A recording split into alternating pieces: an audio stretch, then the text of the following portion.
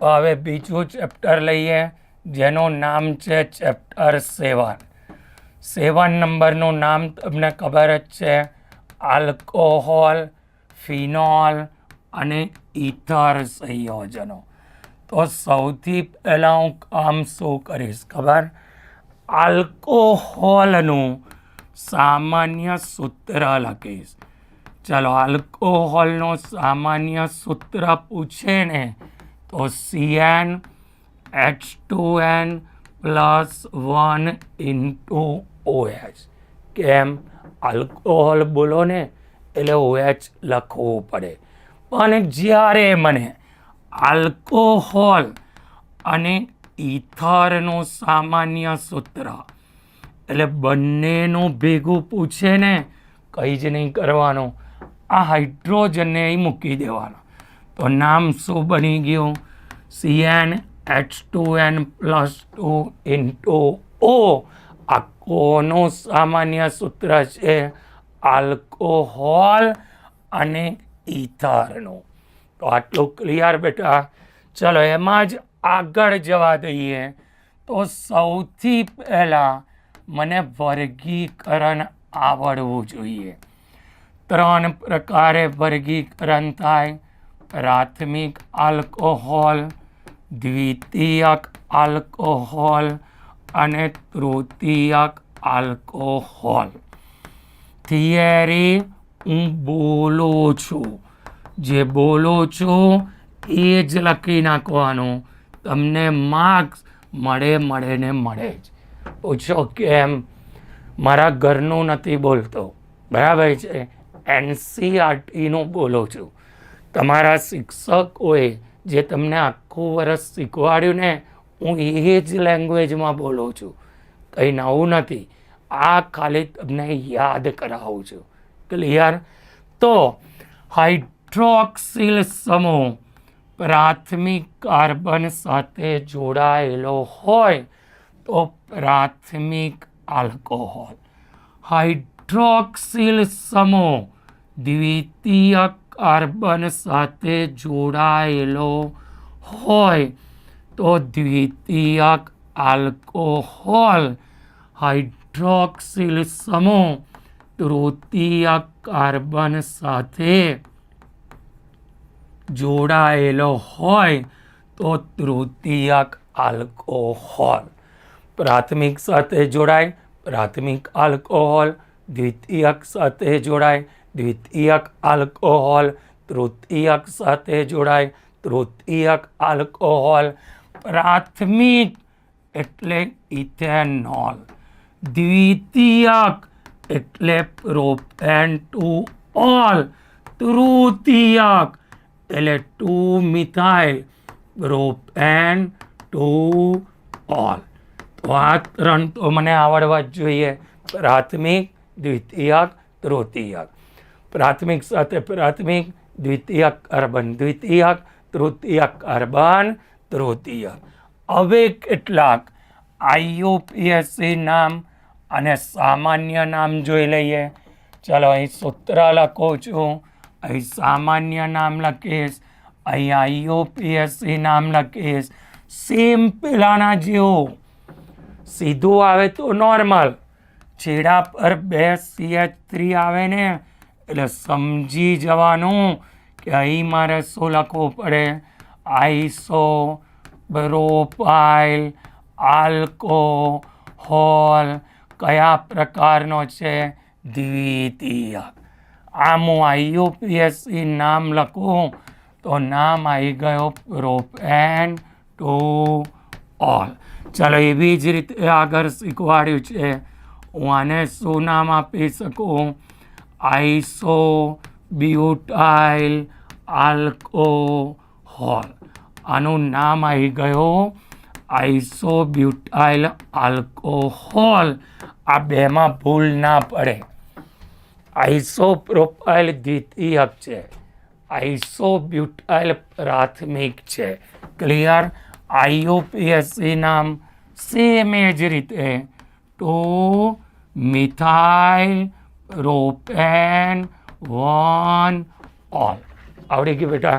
ચાલો હું હવે બેને જોડું ને તો દ્વિતીયક, તો જો મેં ભૂલથી 3 જોડી દીધા ને તો આનું નામ હું શું લખી શકું? તૃતીયક બ્યુટાઇલ આલ્કોહોલ, જેનું નામ શું લખીશ? તો methyl propane to all. Clear? ધારો કે હું આવું લખું છું તો આનું IUPAC નામ આપણે શું લખીશું? સામાન્ય નામ ઇથિલિન ગ્લાયકોલ. આમાં જે બંને કાર્બન પરમાણુ છે ને 1 ડિગ્રી આલ્કોહોલ છે. ક્લિયર? હવે હું આગળ જાઉં તો સામાન્ય નામ પરથી IUPAC ઇથેન 1,2 ડાયોલ. ચલો એમાં જ આગળ ચર્ચા કરો. તો હું 3 જગ્યાએ જોડું ને તો એને ગ્લિસરોલ કહેવાય. શું કહેવાય બેટા? ગ્લિસરોલ. જ્યારે હું ગ્લિસરોલ માટે લખું તો IUPAC નામ શું લખાય?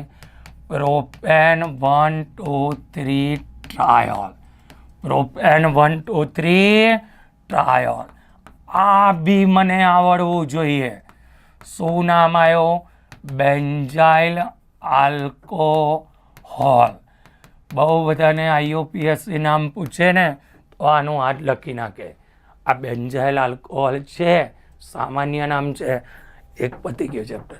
પણ IUPAC નામ લખું તો આનું નામ આવે ફિનાઇલ મિથેનોલ. કયું નામ આવે? ફિનાઇલ મિથેનોલ. આ 3 નું સામાન્ય સૂત્ર C2H8O, જેને હું શું કહી શકું? આનું નામ છે ઓર્થોક્રેસોલ, આનું નામ છે મેટાક્રેસોલ, આનું નામ છે પેરાક્રેસોલ. બરાબર? MCQમાં ટીક માર્ક કરાયેલું જ છે. ચાલો આનું નામ ઓર્થોક્રેસોલ, આનું નામ મેટાક્રેસોલ, આનું નામ પેરાક્રેસોલ. બરાબર છે? 80 ને 70 18 પર કરી દેજો. હા કે પછી આનું નામ 2 મિથાઇલ ફિનોલ, પહેલાનું નામ આવશે 3 મિથાઇલ ફિનોલ અને છેલ્લા વાળાનું નામ 4 મિથાઇલ ફિનોલ. કોઈ સામાન્ય નામ પરથી IUPAC પૂછે, IUPAC પરથી સામાન્ય પૂછે તો આવડવું જોઈએ. આનું જે સૂત્ર છે C6H6O2, 2 વખત OH, ઓર્થો પર જોડાઈને તો કેટેચોલ, મેટા પર જોડાઈને તો રિસોર્સિનોલ, પેરા પર જોડાઈને તો એને ક્વિનોલ કહેવાય. તો મને કોઈ પૂછી શકે કે ડાયહાઇડ્રિક આલ્કોહોલ આના બંધારણીય સમઘટકો કેટલા હોઈ શકે? તો 3. તો આનું નામ શું આવ્યું? ક્વિનોલ. જ્યારે હું IUPAC નામ લખું, બેન્ઝીન 1,2 ડાયોલ, બેન્ઝીન 1,3 ડાયોલ. ચલો 1,2 ડાયોલ, 1,3 ડાયોલ. તો આનું નામ શું આવી જશે? Benzene 1,4 diol. 1,2 diol, 1,3 diol, 1,4 diol. તો આનું નામ તો આવડી જ જાય બેટા. Picric acid. પિક્રિક એસિડમાં એસિડિક સમૂહ નથી, છતાં બી એસિડ છે. તો કોઈ એવું પૂછે કે એવું કયું છે કે જેમાં એસિડિક સમૂહ હાજર નથી છતાં બી એસિડ જેવો ગુણધર્મ ધરાવે? તો નામ શું આવ્યું? Picric acid. ક્લિયર? આનું IUPAC નામ 2,4,6 ટ્રાઇનાઇટ્રોફિનોલ. 2,4,6 ટ્રાઇનાઇટ્રોફિનોલ નામ બની ગયો પિક્રિક એસિડ. હવે હું સૌથી પહેલો પ્રશ્ન શું બનીશ ખબર? આલ્કોહોલની બનાવટ. ચલો આલ્કોહોલ શેમાંથી બને? તો સૌથી પહેલા નંબરની જોરદાર આલ્કીનમાંથી બને.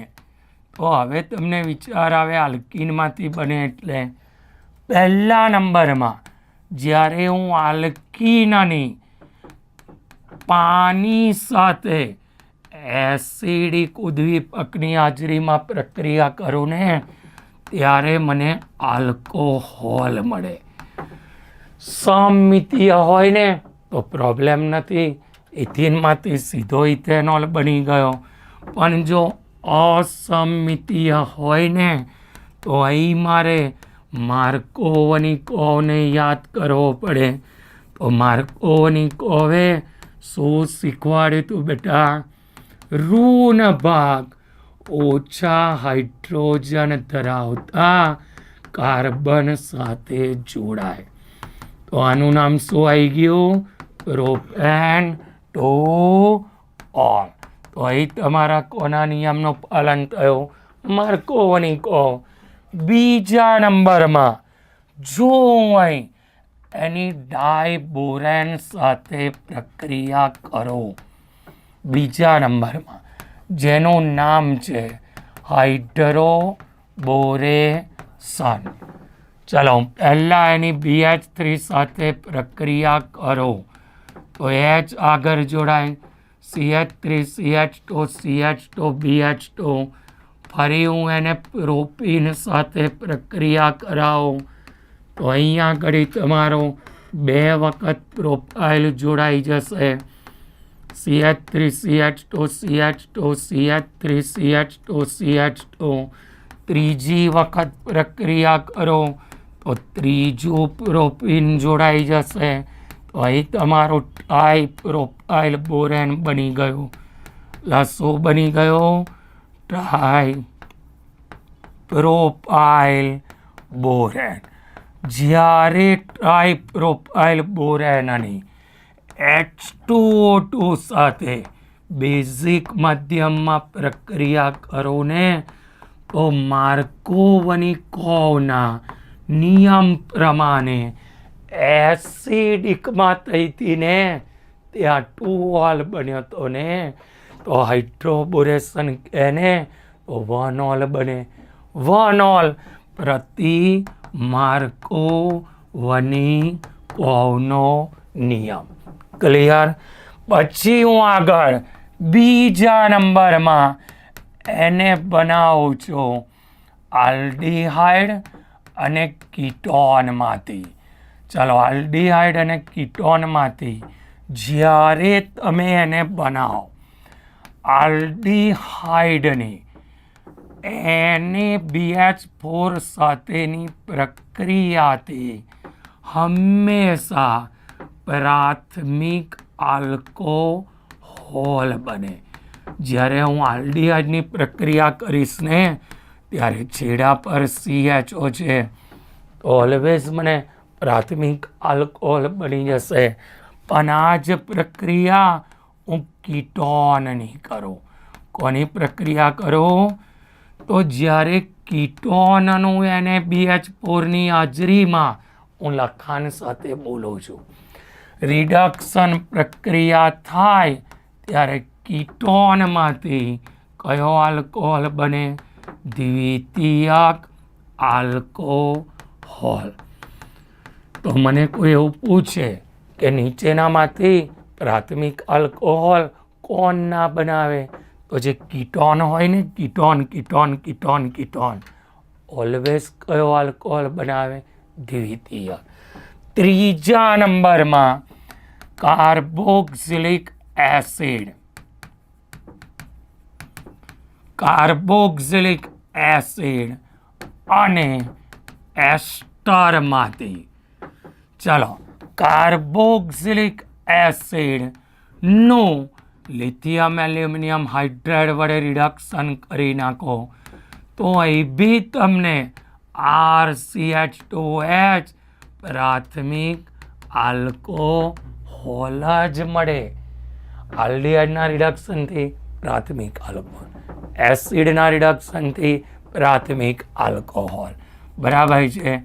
જ્યારે હું એસ્ટરનું રિડક્શન કરું ચલો R C double O R dash, તો આનું જ્યારે રિડક્શન કરીશ ને આગળથી BrCH2OH અને પાછળથી બી નીકળશે આર ડેશ OH.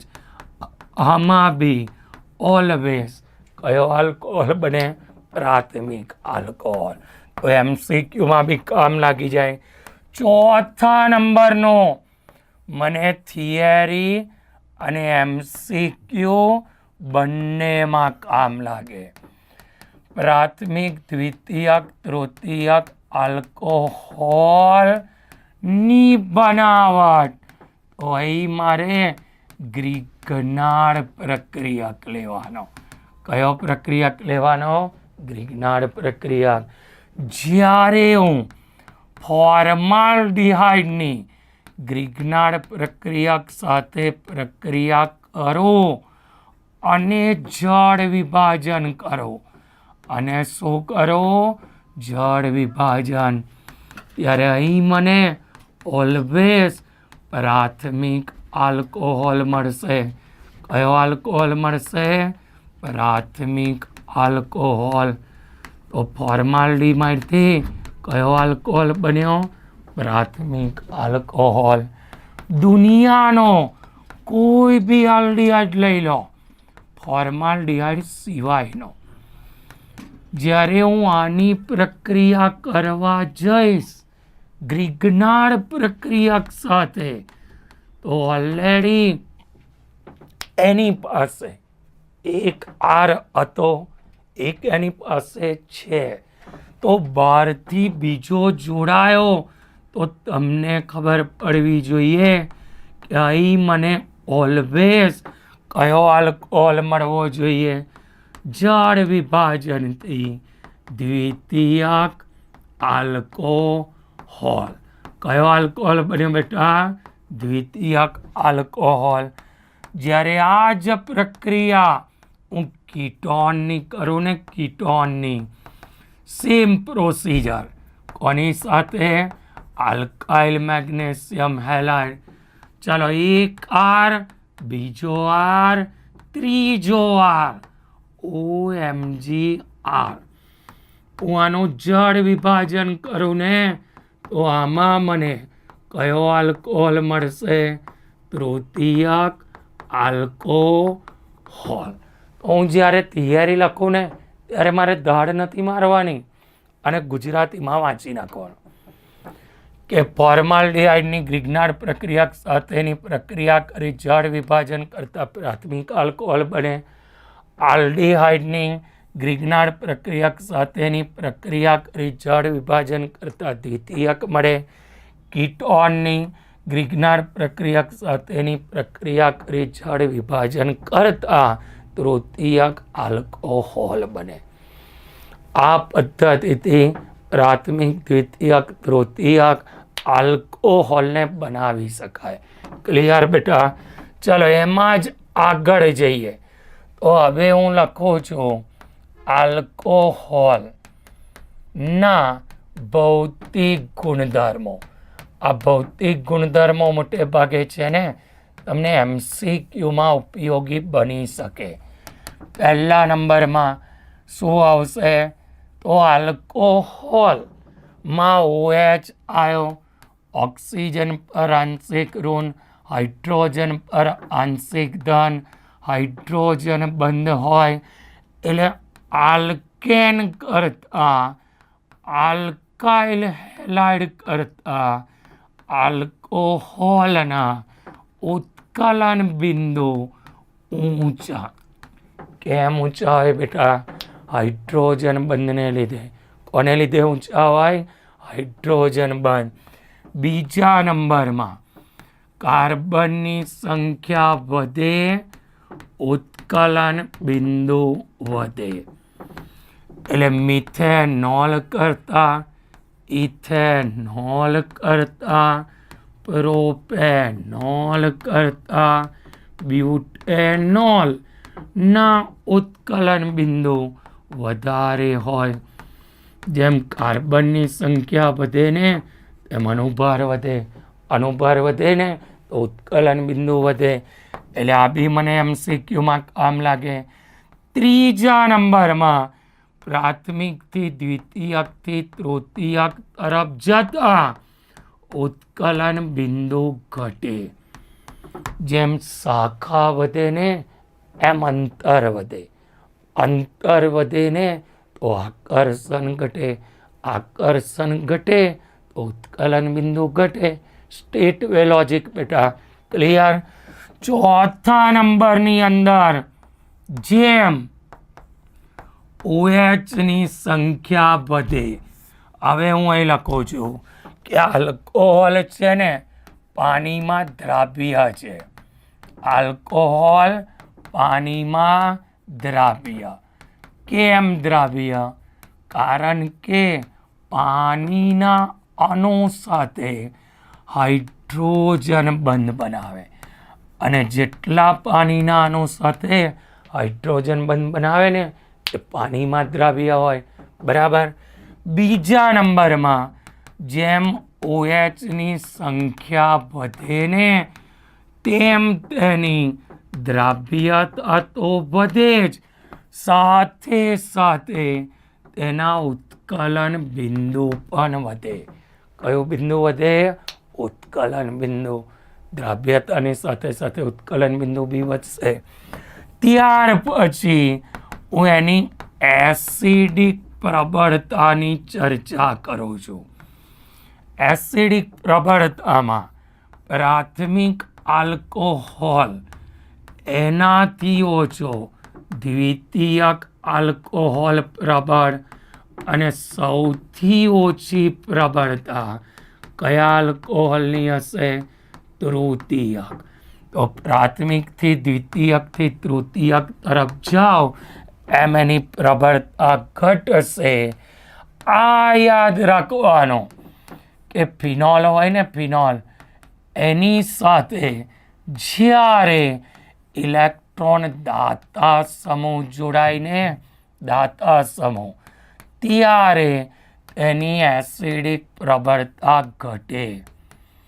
અને જ્યારે ઇલેક્ટ્રોન આકર્ષક સમૂહ જોડાઈને તો એસિડિક પ્રબળતા વધે. જેટલા ઇલેક્ટ્રોન આકર્ષક સમૂહ વધારે જોડાશે ને એટલી એની એસિડિક પ્રબળતા વધારે હશે. બરાબર. એટલે ફિનોલને વચ્ચે રાખવાનો. દાતા જોડાય ઓછી પ્રબળતા હોય, આકર્ષક જોડાય તો વધારે પ્રબળતા. જેટલા આકર્ષક વધારે જોડેલા હશે એટલી એની એસિડિક પ્રબળતા વધશે. ક્લિયર બેટા. ત્યાર પછી આલ્કોહોલ ની ધાતુ સાથેની પ્રક્રિયા. ચલો હવે હું સૌથી પહેલા એની ધાતુ સાથે પ્રક્રિયા કરો. તો સોડિયમ હોય, એલ્યુમિનિયમ હોય, મેગ્નેશિયમ હોય. બરાબર. હવે તમને ખબર છે કે જ્યારે ધાતુ સાથે પ્રક્રિયા કરશે ને તો ડાયહાઇડ્રોજન વાયુ મુક્ત કરશે. સોડિયમની કેપેસિટી એકની જ છે. જો હું એની જગ્યાએ મેગ્નેશિયમને જોડું તો મારે આના 2 લખવા પડે. તો અહીં બની જશે તમારો RO2 Mg. કેટલો H2 નીકળે? આ મને MCQમાં પૂછી શકે. કેટલા મોલ નીકળે? કેટલા લીટર નીકળે? આ મેં ટીક માર્ક કરાયેલો છે. બરાબર. તમને તમારા શિક્ષકે બનાવેલું હશે. બરાબર. તો આ MCQમાં કામ લાગે. બીજા નંબરની અંદર મારે OH નું વિસ્થાપન હેલોજન વડે કરવું છે. તો આ તો આગળ બની ગયેલા છે. ચલો OH નું વિસ્થાપન હું હેલોજન વડે કરી નાખું. તો આ તમારો આલ્કોહોલ યાદ કરો. SOCl2 PCl3 PCl5 આગળના ચેપ્ટરમાં બનાવેલું છે. બરાબર છે. પાછળ બનાવેલું છે. બરાબર. પાછળ બનેલા છે. પહેલામાં RCl બને SO2 HCl, બીજામાં તગડા સાથે Cl વાળો H3PO3 બાય પ્રોડક્ટ, એક જોડાય POCl3 HCl નીકળે. ક્લિયર? પછી હું લખું છું એસ્ટરીકરણ.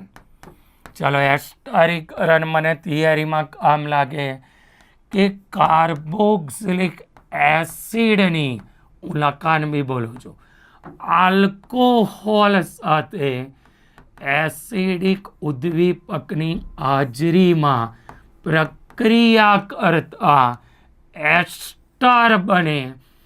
આ પ્રક્રિયાને એસ્ટરીકરણ કહે છે. તો થિયરી MCQ બંનેમાં કામ લાગે. આરની જગ્યાએ ધારો કે મેં મિથાઇલ લઈ લીધું, તો ઇથેનોઇક એસિડ મિથેનોલ લઈ લીધું, સેમ પ્રોસીજર, મિથાઇલ એસિટેટ. તો આલ્કોહોલ કાર્બોક્સિલિક એસિડ સાથે એસિડિક ઉદ્દીપકની હાજરીમાં પ્રક્રિયા કરો, એસ્ટર બન્યો, એસ્ટરીકરણ સાફ. ક્લિયર? ત્યાર પછી આગળ આમાં જ આગળ જઈએ તો આને મેં થિયરીમાં કહેલું છે શું? આલ્કોહોલનું ઓક્સિડેશન. થિયરી અને MCQમાં બંનેમાં કામ લાગે. બિલકુલ લખવાનું કઈ રીતે એ બોલું છું કે પ્રાથમિક આલ્કોહોલનું નિર્બળ ઓક્સિડેશન કરતા, જેવા કે પિરિડિનિયમ ક્લોરોક્રોમેટ ની હાજરીમાં ઓક્સિડેશન કરતા આલ્ડીહાઇડ બને. લખાણ ક્લિયર? દ્વિતીયક અને તૃતીયકની પિરિડિનિયમ ક્લોરોક્રોમેટ સાથે પ્રક્રિયા થતી નથી, કારણ કે આ તો કેવો ઓક્સિડેશન કરતા છે? નિર્બળ. નિર્બળ શું કરે? ઓછી પ્રક્રિયા કરે. પ્રાથમિક આલ્કોહોલમાંથી આલ્ડીહાઇડ બનાવી દીધો, દ્વિતીયક અને તૃતીયક પ્રક્રિયા આપતો નથી. જ્યારે હું પ્રબળ ઓક્સિડેશન કરતા લઉં, જેવા કે KMnO4નું આલ્કલાઇન દ્રાવણ અથવા તો KMnO4નું એસિડિક દ્રાવણ, બોલો છો એ લખાણ. પ્રાથમિક આલ્કોહોલની પ્રબળ ઓક્સિડેશન કરતા ની હાજરીમાં પ્રક્રિયા કરતા કાર્બોક્સિલિક એસિડ બને. દ્વિતીયક આલ્કોહોલની પ્રક્રિયા કરતા કીટોન બને. શું બને?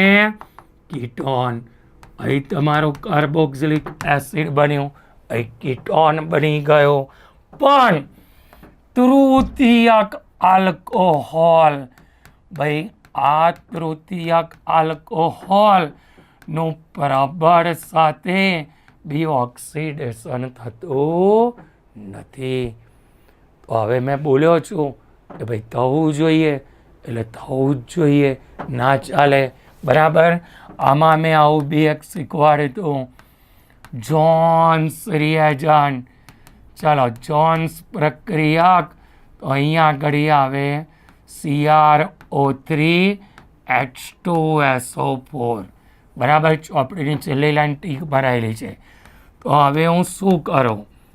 ગરમ કરેલી કોપર ધાતુ પરથી 573 કેલ્વિન તાપમાને હું પ્રાથમિક આલ્કોહોલને પસાર કરું.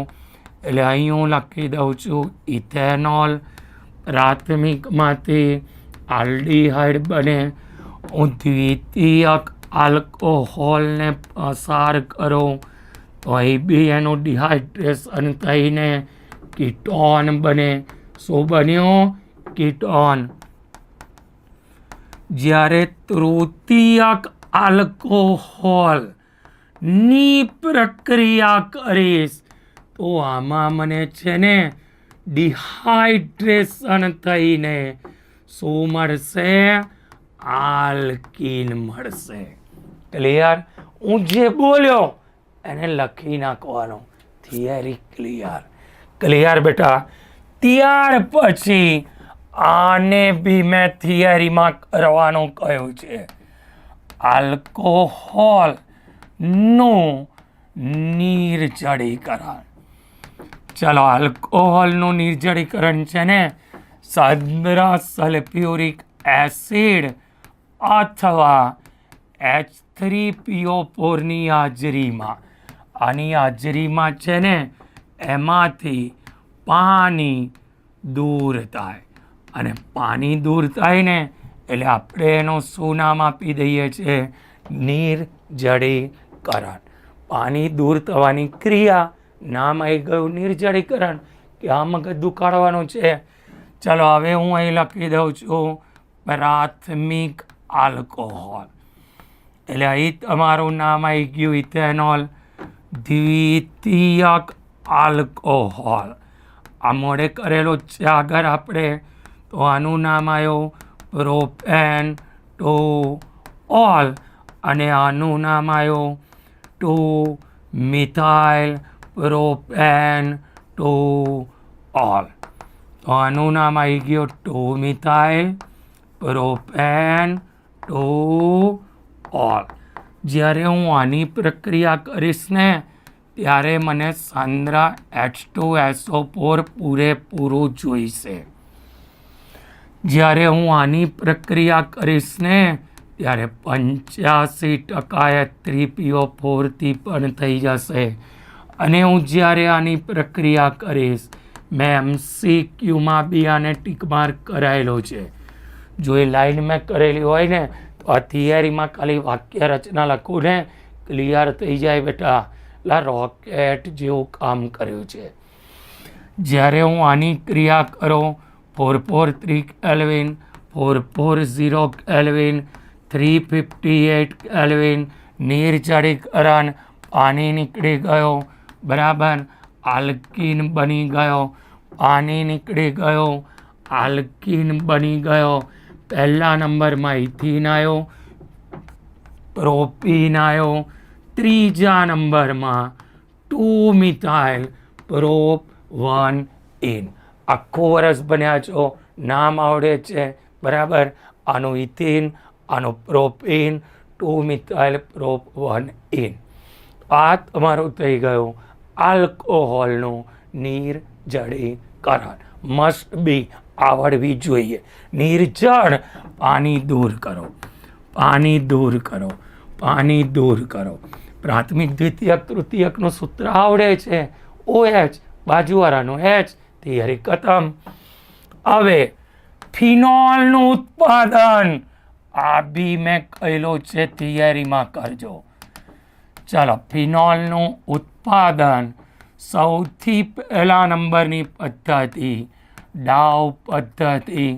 હું લખાણ સહિત બોલી દઉં છું કે ક્લોરોબેન્ઝીનની સોડિયમ હાઇડ્રોક્સાઇડના જલીય દ્રાવણ સાથે 623 કેલ્વિન તાપમાને 312 દબાણે પ્રક્રિયા કરતા ફિનોલનો સોડિયમ ક્ષાર સોડિયમ ફિનોક્સાઇડ બને, જેનું એસિડીકરણ કરતા ફિનોલ બને. કોક વખતે આડ નિપજ સ્વરૂપે ડાયફિનાઇલ ઇથર પણ બને. આ પદ્ધતિને ડાઉ પદ્ધતિ કહેવાય. બીજા નંબરમાં ક્યુમીન પદ્ધતિ. ચલો, ક્યુમીન એટલે બેન્ઝીન રિંગ પર CHની સાથે CH3 જેનું નામ બીજું શું લખી શકું? આઇસોપ્રોપાઇલ બેન્ઝીન. જેનું સૂત્ર લખું ને તો C9H12. હવાના હાજરીમાં ઓક્સિડેશન કરો, ખાલી વચ્ચે 2 ઓક્સિજનને મૂકી દો, OOH, નામ આવી ગયું ક્યુમિન હાઇડ્રોપેરોક્સાઇડ. આ ક્યુમિન હાઇડ્રોપેરોક્સાઇડની જળ વિભાજન પ્રક્રિયા એસિડની હાજરીમાં કરતા મને શુદ્ધ ફિનોલ બને. શું બને? શુદ્ધ ફિનોલ. આડ પેદાશ, આડની પજ તરીકે એસિટોન મળે, જેનું IUPAC નામ પ્રોપેન ટુ ઓન છે. ડાઉ કરતા ક્યુમિન પદ્ધતિ ચડિયાતી છે. કેમ? શુદ્ધ ફિનોલ મળ્યો, આડ પેદાશનો બી ઉપયોગ થયો. ત્રીજા નંબરમાં શેમાંથી બને? એનિલીનમાંથી. તો એનિલીનની 273 થી 278 કેલ્વિન તાપમાને આગળ ભણેલા છો. NaNO2 HCl સાથેની પ્રક્રિયાથી બેન્ઝીન ડાઇઝોનિયમ ક્લોરાઇડ બને. આ બેન્ઝીન ડાઇઝોનિયમ ક્લોરાઇડને પાણી અથવા મંદ H2SO4 સાથે ગરમ કરતા ફિનોલ બને. ગરમ કરતા શું બને? ફિનોલ. ચોથા નંબરમાં બેન્ઝીન સલ્ફોનિક એસિડમાંથી. તો તમને ખબર છે બેટા કે બેન્ઝીનનું સલ્ફોનેશન કરો, ફ્યુમિંગ H2SO4, તો બેન્ઝીન સલ્ફોનિક એસિડ બને, જેનો NaOH અને એસિડિક દ્રાવણ લઈ લો. NaOHની સાથે શું લઈ લેવાનું? એસિડિક માધ્યમ. તો અહીં તમારું શું બની જશે? ફિનોલ. અથવા તો તમે SO3H લો, NaOH સાથે પ્રક્રિયા કરાવો, બરાબર, ONA બને, એસિડિકરણ કરો, ફિનોલ બની જાય. ક્લિયર બેટા? હવે જે ફિનોલ બન્યો, સૌથી પહેલા એ ફિનોલનું હું બ્રોમિનેશન કરીશ. બરાબર, કડક કહેલો જ છે. તો ફિનોલની Br2CS2 સાથે 0 થી 5 ડિગ્રી કેલ્વિન સેલ્સિયસ તાપમાને પ્રક્રિયા કરતા ઓર્થોબ્રોમોફિનોલ પેરાબ્રોમોફિનોલનું મિશ્રણ મળે. તો મને કોઈ થિયરીમાં પૂછ્યું ને તો આને ગુજરાતીમાં લખી નાખવાનું કે ફિનોલની 0 થી 5 ડિગ્રી સેલ્સિયસ તાપમાને બ્રોમિન અને કાર્બન ડાયસલ્ફાઇડ સાથેની પ્રક્રિયાથી ઓર્થો અને પેરાબ્રોમોફિનોલનું મિશ્રણ મળે. આ જ ફિનોલની બ્રોમિન જળ સાથે બ્રોમિન જળ સાથેની પ્રક્રિયાથી 2,4,6 ટ્રાઇબ્રોમોફિનોલ બને. 2,4,6 ટ્રાઇબ્રોમોફિનોલ મળે. ગુજરાતીમાં લખી નાખ્યું, નીચે નામ લખી દીધું, થિયરી રેડી. MCQમાં પૂછાય, ખાલીની પદ લખી દેવાની. બીજા નંબરમાં હું કરું છું ફિનોલનું નાઇટ્રેશન. ચાલો, ફિનોલનું નાઇટ્રેશન. તો ફિનોલની મંદ HNO3 સાથે, જ્યારે હું મંદ HNO3 સાથેની પ્રક્રિયાથી ઓર્થોનાઇટ્રોફિનોલ અને પેરાનાઇટ્રોફિનોલનું મિશ્રણ મળે. જ્યારે હું મંદ લઈશ ને બેટા, તો કઈ બે જગ્યાએ જોડાશે? ઓર્થોનાઇટ્રોફિનોલ, પેરાનાઇટ્રોફિનોલ. નીચે નામ લખવાનું ભૂલવાનું નહીં. આમાં જે ઓર્થોનાઇટ્રોફિનોલ હોય ને, એમાં આંતઃઆણવીય હાઇડ્રોજન બંધ બને, અને જે પેરા નાઇટ્રોફિનોલ હોય ને એમાં આંતરાણવીય હાઇડ્રોજન બંધ બને. મારે આ મિશ્રણને જુદા પાડવા હોય ને તો એના માટે વરાળ નિસ્યંદન પદ્ધતિ વપરાય. પહેલા ઓર્થો નાઇટ્રોફિનોલ વરાળ સ્વરૂપે નીકળી જશે, ત્યારબાદ પેરા નાઇટ્રોફિનોલ મળે. બરાબર છે. પણ આ જ ફિનોલની હું સાંદ્ર HNO3 સાથે મંદની જગ્યાએ હું સાંદ્ર લઈ લઉં ને તો અહીં મને નિપજ સ્વરૂપે શું મળશે? 2,4,6 ટ્રાય નાઇટ્રોફિનોલ, જેને કહેવાય પિક્રિક એસિડ. મંદમાં ઓર્થો અને પેરા નાઇટ્રોફિનોલનું મિશ્રણ, સાંદ્રમાં 2,4,6 ટ્રાય નાઇટ્રોફિનોલનું મિશ્રણ ના મળે. આ તમારું મળ્યું 2,4,6 ટ્રાય નાઇટ્રોફિનોલ, જેનું નામ આવ્યું પિક્રિક એસિડ. કયા નામે ઓળખાય? પિક્રિક. તો મંદમાં ઓર્થો અને પેરાનું મિશ્રણ મળે, સાંદ્રમાં પિક્રિક એસિડ 2,4,6 ટ્રાય નાઇટ્રોફિનોલ. ત્યાર પછી ત્રીજા નંબરમાં આ બી કરવાનું ફિનોલનું રિડક્શન. ચલો, ફિનોલનું રિડક્શન. આ તમારો ફિનોલ. આ ફિનોલને જ્યારે હું ZN પાવડર સાથે ગરમ કરું ને તો એનું રિડક્શન થાય. એમાંથી શું બની જાય ખબર? બેન્ઝીન બની જાય. શું બની જાય? બેન્ઝીન. એટલે ફિનોલના રિડક્શનથી શું બને? બેન્ઝીન બને. ત્યાર પછી ચોથા નંબરમાં ફિનોલનું ઓક્સિડેશન. ચલો, થિયરી નહીં તો MCQ કોઈ બી જગ્યાએ કામ લાગશે. કરવાનું. ચલો, જ્યારે એનું ઓક્સિડેશન Na2Cr2O7 H2SO4 ની હાજરીમાં ઓક્સિડેશન કરો, મને શું મળી જશે? 1,4-બેન્ઝોક્વિનોલ. 1,4-બેન્ઝોક્વિનોલ, જેનું IUPAC નામ પૂછે ને તો શું આવશે?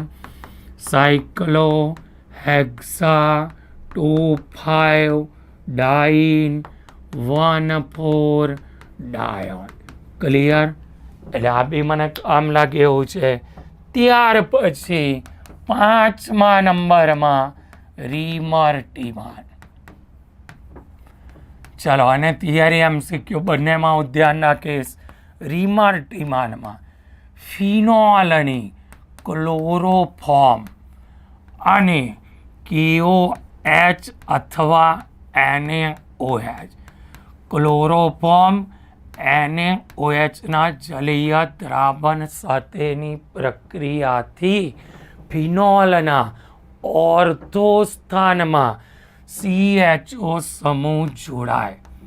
ફિનોલના ઓર્થો સ્થાનમાં CHO સમૂહ દાખલ થવાથી સેલિસાલ્ડીહાઇડ બને.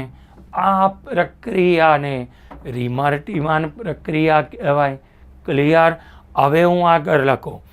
ફિનોલની આની સાથે પ્રક્રિયા કરીશ. સૌથી પહેલાં અહીં Na જોડાઈ ગયો, બાકીનામાંથી અહીં જોડાશે. ચલો, શું બન્યું? CHCl2 બેન્ઝાલ વ્યુત્પન્ન બન્યું. એટલે આને હું મધ્યમવર્તી સંયોજન કહી શકું. ચલો, મધ્યમવર્તી સંયોજન બન્યું. આગળ હું ફરી એની જલીય NaOH સાથે પ્રક્રિયા કરું તો ઓર્થો સ્થાન પર CHO બની જશે. અહીં તમારું ONA નું ONA જ રહેશે. અહીં બની ગયો CHO. જેવું તમે એસિડિક મધ્યમ લાવશો સેલિસલ્ડિહાઇડ બની ગયો. સેલિસલ્ડિહાઇડનું IUPAC નામ પૂછે 2-હાઇડ્રોક્સી બેન્ઝીન કાર્બાલ્ડિહાઇડ. IUPAC નામ 2-હાઇડ્રોક્સી બેન્ઝીન કાર્બાલ્ડિહાઇડ. ક્લિયર?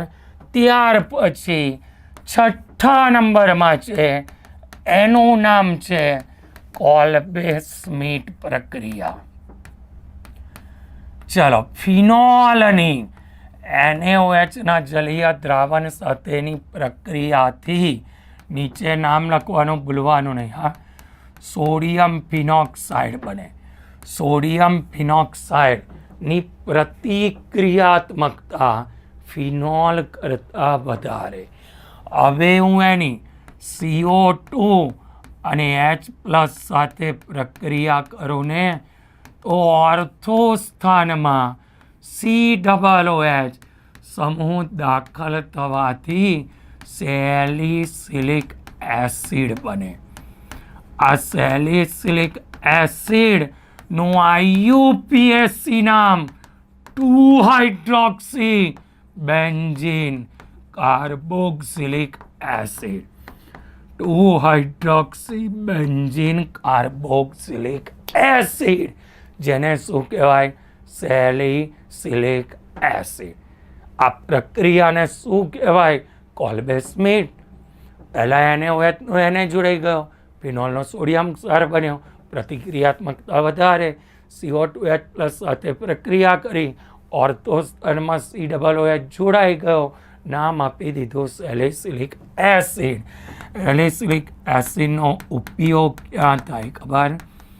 વેદના હારક ઔષધોની બનાવટમાં.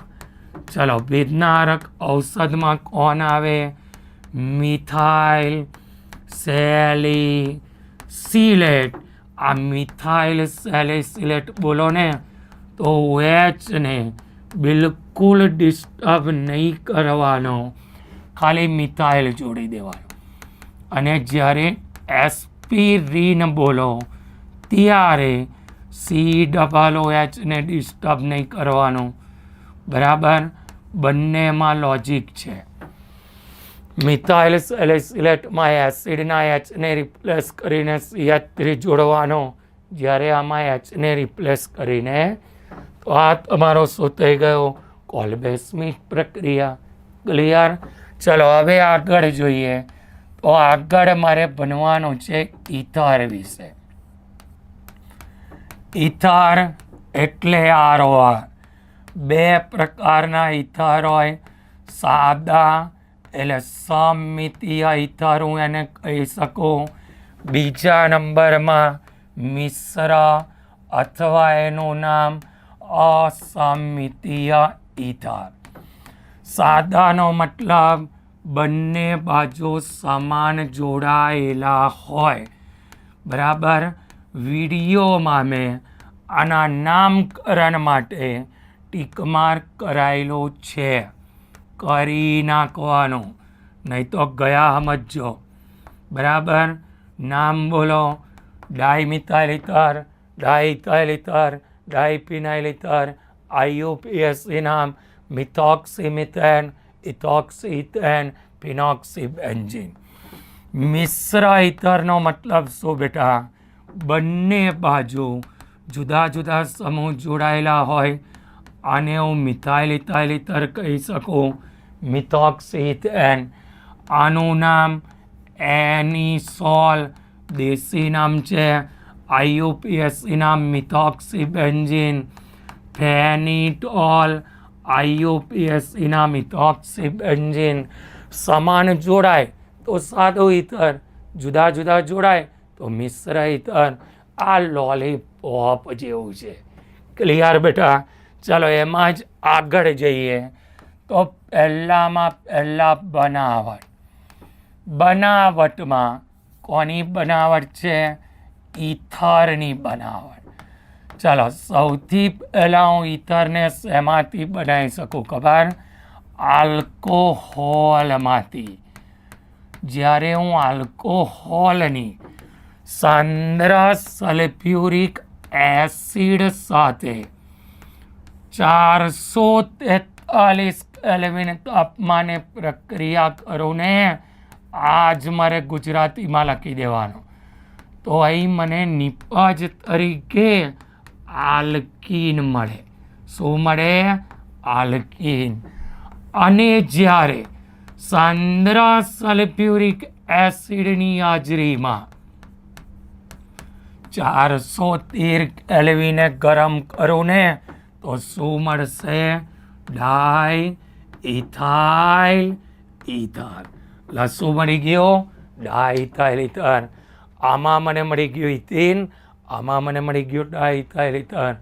જો હું એવી ગોઠવણી કરું, સતત ઇથેનોલ ઉમેરું, સતત ઇથર મળે, પ્રક્રિયાનું નામ આવી ગયું સતત ઇથરીકરણ. ક્લિયર? તો આ ઇથરની બનાવટ થઈ ગઈ. બીજા નંબરની મેં થિયરીમાં કરવાની કહી છે વિલિયમસન સંશ્લેષણ. ચલો, વિલિયમસન સંશ્લેષણ. તો આ પદ્ધતિથી છે ને સાદા અને મિશ્ર બંને પ્રકારના ઇથર બનાવી શકાય. વિલિયમસન સંશ્લેષણ SN2 પ્રક્રિયાનું ઉદાહરણ છે. સોડિયમ આલ્કોક્સાઇડની આલ્કાઇલ હેલાઇડ સાથેની પ્રક્રિયાથી ઇથર બને.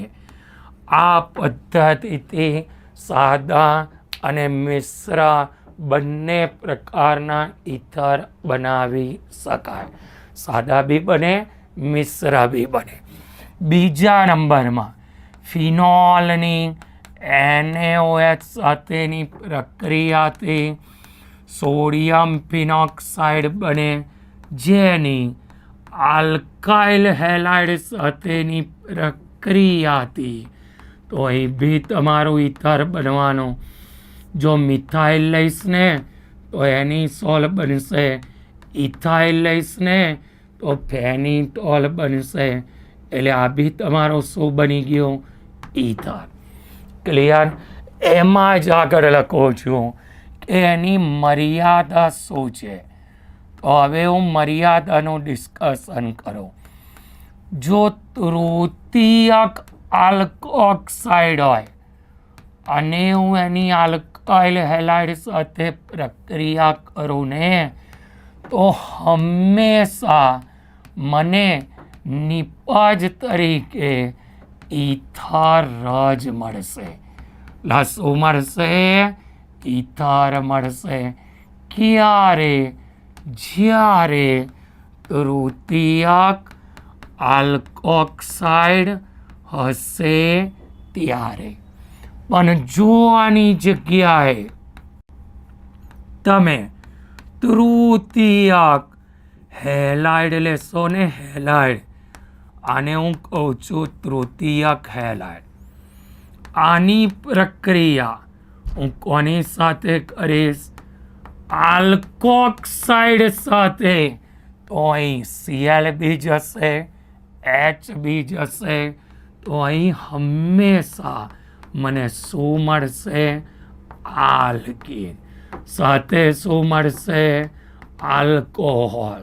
કચરો શું નીકળી જશે? NaCl. એટલે મારે ઇથર બનાવવો હોય ને તૃતીયક આલ્કોક્સાઇડ ચાલે, અને તૃતીયકમાં શું ના જોઈએ બેટા? હેલાઇડ. નહીં તો આલ્કીન બનાવી દેશે. તો વિલિયમસન બી ક્લિયર. થિયરી માટે કરી નાખવાનું. આગળ છેલ્લા નંબરમાં એનિસોલની પ્રક્રિયા. તો આ બી બોર્ડવાળાએ પૂછી નાખેલો પ્રશ્ન છે. તો પહેલાં મને એનિસોલનું સૂત્ર આવડવું જોઈએ. રિંગ પર CH3 એનિસોલ OCH3 ઓર્થોપેરા નિર્દેશક છે. દાખલ થતો ક્રિયાશીલ સમૂહ ઓર્થોપેરા સ્થાન પર જોડાઈને જોડાય. પહેલા નંબરમાં નાઇટ્રેશન કરો, સાંદ્ર HNO3 સાંદ્ર H2SO4 દાખલ થતો ક્રિયાશીલ સમૂહ કયા બે સ્થાન પર જોડાય? પેરા સ્થાન પર, ઓર્થો સ્થાન પર. કઈ નિપજ વધારે મળે? પેરાવાળી. બીજા નંબરમાં હું એનું બ્રોમિનેશન કરીશ ને ત્યારે મારે Br2 ની સાથે એસિટિક એસિડ, આમાં ભૂલ ના પડે હા, પેરા બ્રોમોએનિસોલ, ઓર્થો બ્રોમોએનિસોલ. કઈ નિપજ વધારે મળવી જોઈએ બેટા? પેરાવાળી. ક્લિયર? જ્યારે હું એનું ફ્રીડલ ક્રાફ્ટ કરું, સેમ પ્રક્રિયક ઉદ્દીપકને નહીં ભૂલવાનો. તો ઓર્થો પર મિથાઇલ જોડાય, પેરા પર મિથાઇલ જોડાય. કઈ નિપજ વધારે મળે? તો બધાને ખબર છે બેટા, પેરાવાળી નિપજ વધારે મળે ને મળે જ. Same Friedel Crafts acylation. તો હું જ્યારે CH3COCl લઉં ને ત્યારે ઓર્થો અને પેરા સ્થાન પર, અલા મેં ક્લોરીનનું આગળ કર્યું હતું, ખાલી Clની જગ્યાએ OCH3 આવી ગયો. તમે એવું વિચારો છો કેટલા રિએક્શન યાદ રાખવાના? કંટ્રોલ આઈ નહીં યાદ રાખવાનો. બરાબર? Ortho para, ortho para, ortho para. પેરાવાળી નિપજ હંમેશા કેવી મળે? વધારે. તો આ કોની પ્રક્રિયા થઈ ગઈ? એનિસોલની ઇલેક્ટ્રોન અનુરાગી વિસ્થાપન પ્રક્રિયા. ક્લિયર બેટા? લા મજા આવે છે કે નહીં આવતી? આને કહેવાય કિંગ ઓફ કેમેસ્ટ્રી. બરાબર છે? છોકરાઓનું આપેલું જ નામ છે. બરાબર? કે હું ઊભો થયો ને બેટા એટલે સમજો કેમેસ્ટ્રી આવડે જ. એટલે કેમેસ્ટ્રી આવડે.